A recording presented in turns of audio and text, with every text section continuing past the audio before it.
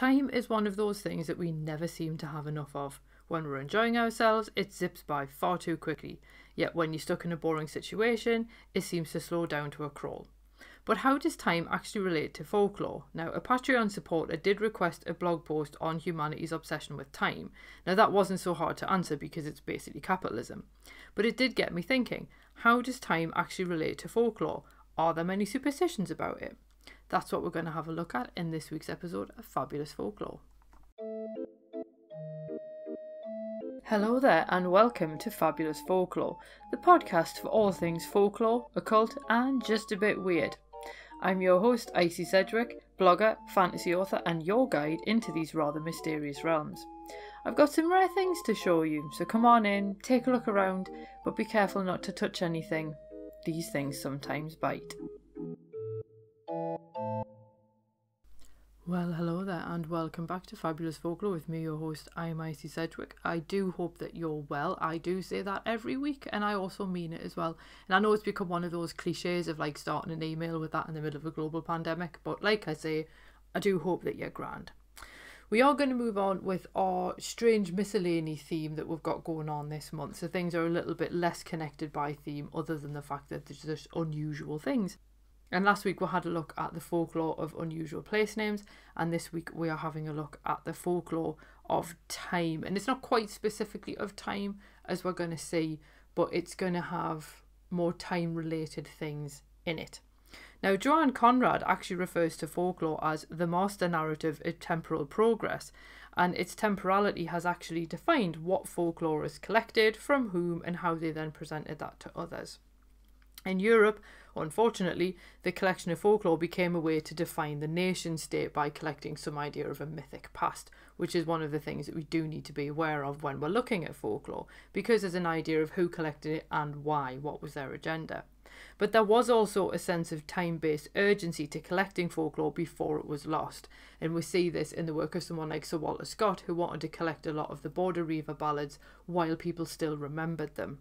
And in a way, following the way that superstitions wax and wane is also a way to trace humanity's progress. But the thing is, the more I actually dug into the topic, the more it became clear that it wasn't going to be so easy to find any true folklore of time, because the slavish adherence to the clock is actually relatively recent compared to the length of human history. And philosophers will of course tell you that time is a construct, which doesn't exactly help when you're doing research, let me tell you. We are going to explore the superstitions associated with time through things like calendars, clocks and specific times that do appear in folklore. So we're going to have a look at these more time-based superstitions and why they occur at the time that they do.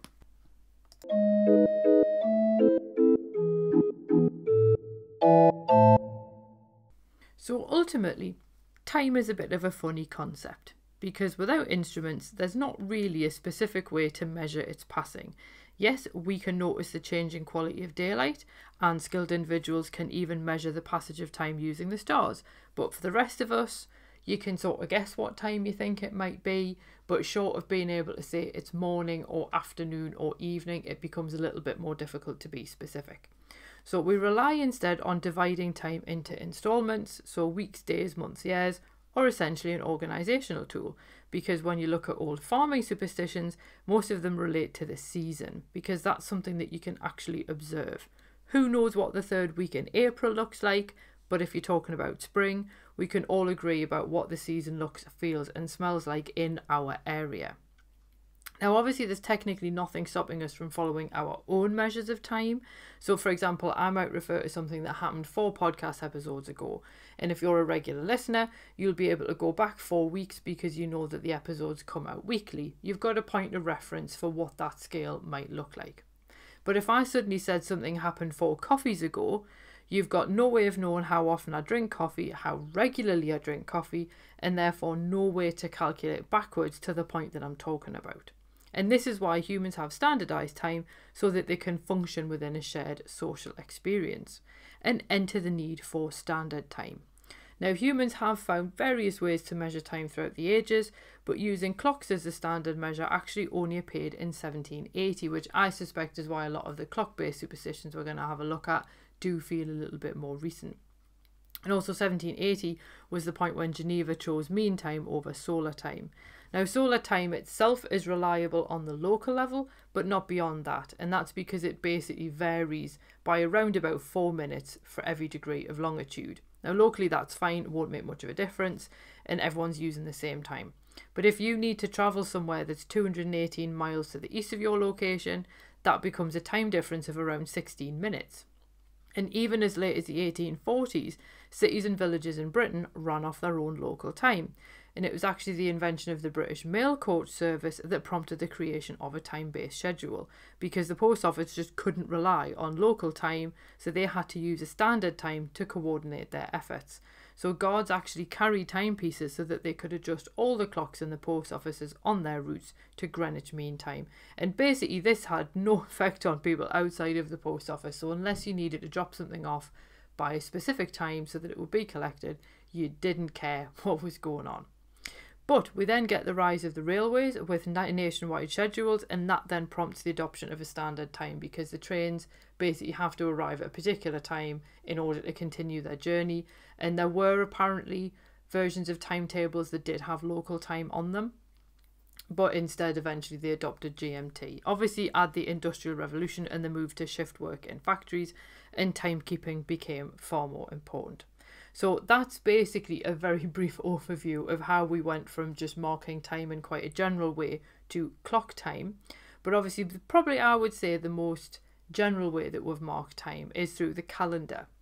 And the original English calendar was the Julian calendar, so named because it was invented by Julius Caesar. It was a nice idea, but over time it fell out of sync with astronomical events like the solstices. So to combat this, Pope Gregory XIII then changed the calendar in 1582, and he removed 10 days and he changed how leap years were calculated. He also moved the new year back to the 1st of January rather than the 25th of March. Catholic countries, as you might imagine, adopted the Gregorian calendar, and even Dr. John Dee recommended that England do something similar in 1583. But it then took England until 1752 to change their calendar, so we basically had problems for nearly another 2 centuries. Now, I should point out as well, because we are looking at folklore and superstitions, calendars are not exempt from superstitions. So you've probably heard this one: if you get a calendar for Christmas, don't put it up until the 1st of January. Also, don't turn your calendars to the next month until it's the 1st of that month, because otherwise it's considered that you're tempting fate by sort of skipping ahead to a time that hasn't actually happened yet. Speaking of time, according to superstition, dreaming about clocks can mean that you'll go on a journey soon. They're also considered a rude present for older people since they symbolise time running out. And also, bear in mind, all these artistic representations of the Grim Reaper throughout time, nearly always depicted with an hourglass.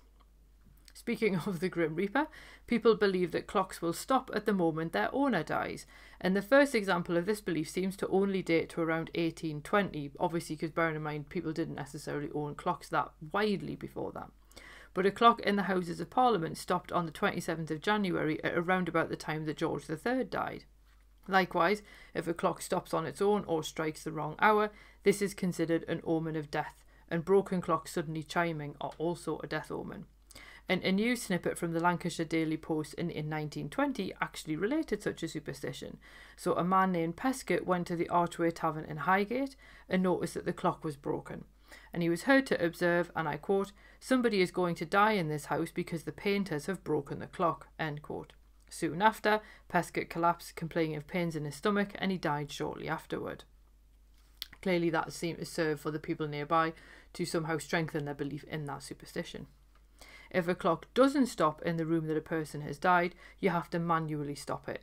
And some people think that this was so that you could preserve the time of death for death certificates, but death certificates with the time of death on are actually relatively recent. And I've heard other people given other various reasons as to why you should do it, but it seems like the most common theory is that it shows that time has stopped for that person, so that it prevents them from getting stuck in the world of the living, so they're now in a place outside of time, so then they can leave and not hang around. There was a superstition, and I say was for a reason, that moving the hands on a clock face backwards invited bad luck. Now, there's probably quite a practical reason for this one, because in older times you would certainly damage the striking mechanism by doing so. But then, what do you need to do when you move the hands back an hour? Obviously when the clocks change for daylight savings. Well, it's actually now safe to just move them back, so you don't have to like wind it round by 11 hours the way that you used to. You don't have to do that now, because most clocks that were actually made in the last 60 to 70 years are made with daylight savings in mind, so it's now safe to move the hands back on a clock. And obviously, remember, not all clocks take an obvious form. Look at dandelions, because we've got to get some plants in somewhere. The puffball seed heads are often referred to as dandelion clocks, and there's so much folklore associated with dandelions, but the number of breaths that you need to dislodge the seeds either tells the time or the number of years until you will marry. I should also point out church clocks have their own set of superstitions. So church clocks striking the hour during a wedding would mean that either the groom or the bride would die within the year, unless they were outside at the time, in which case it was a good luck omen. So it's nice that there's kind of a bit of a one thing or the other going on there. And if a town clock struck while church bells were ringing, that foretold a fire, which seems amazingly specific. A reader of the Taunton Courier in 1929 actually wrote to the newspaper about a Somerset tradition involving the church clock, and in their letter they remarked on a 19th century belief, and in this, if the church clock struck while the choir was singing in the church service, someone in the parish would die before the next Sunday. And apparently a gamekeeper had attended church the Sunday before his death, and then when he got home, he told his wife about the clock striking during the choir singing. So he then predicted someone would die before the following Sunday. And obviously he did die before the following Sunday, so his own prediction apparently came true. Now, many superstitions or beliefs do rely on the time of midnight as the time when supernatural beings are most active. Obviously, I've already got a whole episode about the witching hour, so I'll just link that below, so you can check out the specifics for that one there. But these sayings often specify something will happen at midnight. And part of this is sort of due to the ambiguous nature of midnight. So does it belong to the previous day or a new day? So is midnight on Tuesday the point when Monday turns into Tuesday, or when Tuesday becomes Wednesday? And this somewhat notable quality of midnight does explain why other customs specify being done at that time. Look at First Fun. Again, I will link to the episode rather than explaining it here.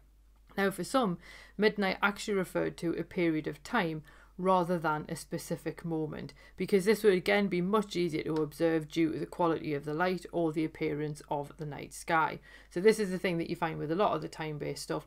You can spot things or observe things far easier than you can necessarily sometimes check the time specifically. Meanwhile, sunrise is often a good time for healing. So if you needed to pass a child through the split in an ash tree, you did so at sunrise. Likewise, gathering May dew to wash your face. These superstitions rely on the beginning of a new day rather than a specific time. Apart from obviously the May Day one, that's a very specific day, but it's still just sunrise, because that would vary from location to location. So it's easier to just say sunrise because people know the period of time that is, rather than needing a set time of day, because it's the event that's important more so than anything else. So why are midnight and sunrise treated as quite vague periods and not specific times? Well, this is because prior to families owning clocks, it would obviously be a bit harder to pinpoint when these times fell, and you'd otherwise more or less be restricted to hearing when church clocks were striking, particularly for 12, but obviously it doesn't strike for sunrise, so it's the quality of the period of time that becomes relevant, not the specific moment that it occurs. And ultimately, we need only look at daylight savings to understand the somewhat slippery concept of time, because looking at sunrise as the point that the sun begins to lighten the sky makes more sense than looking at a clock, because you're dealing with something that you can observe, not what the arbitrary number on the clock says. And after all, if you can change time by moving a clock forwards or backwards by an hour, then what exactly is time? I thought I'd leave you with a little philosophical question there. And it's something that's always baffled me, the whole idea of just moving clocks backwards and forwards. It sort of makes time feel like it's got a bit of a different quality to it. But anyway, I hope you enjoyed that. Like I say, it was a little bit harder than I thought it was going to be to actually find that many superstitions, but a lot of it seems to revolve around, if this happens with a clock or a calendar, then you will die. So yeah, just watch what you're doing, basically. Next week we're going to have a look at British big cats, so I hope that you stick around for that one, so that should be quite interesting as well. And again, that was a request, so if you have a request, feel free to use the link in the show notes, which just takes you to a Google form, so I can kind of keep all the requests in one place. It just makes it a little bit easier for me. I hope that you have a marvellous week ahead, and I will see you next week for British big cats. Cheerio. Well, thank you for listening, and thanks for visiting Fabulous Folklore. I hope you enjoyed your stay. If you did, why not consider subscribing in your podcast app of choice? If you enjoy the show, why not leave me a review and help other listeners to find it as well? And if you'd like bonus exclusive episodes of the podcast, then why not support me on Patreon? It does help me to keep the show going, and it means that you get a little bit extra every month as well. And you can find all of the necessary links in the show notes below. So without any further ado, I will bid you adieu, and I hope that you have safe travels wherever you're going on to next.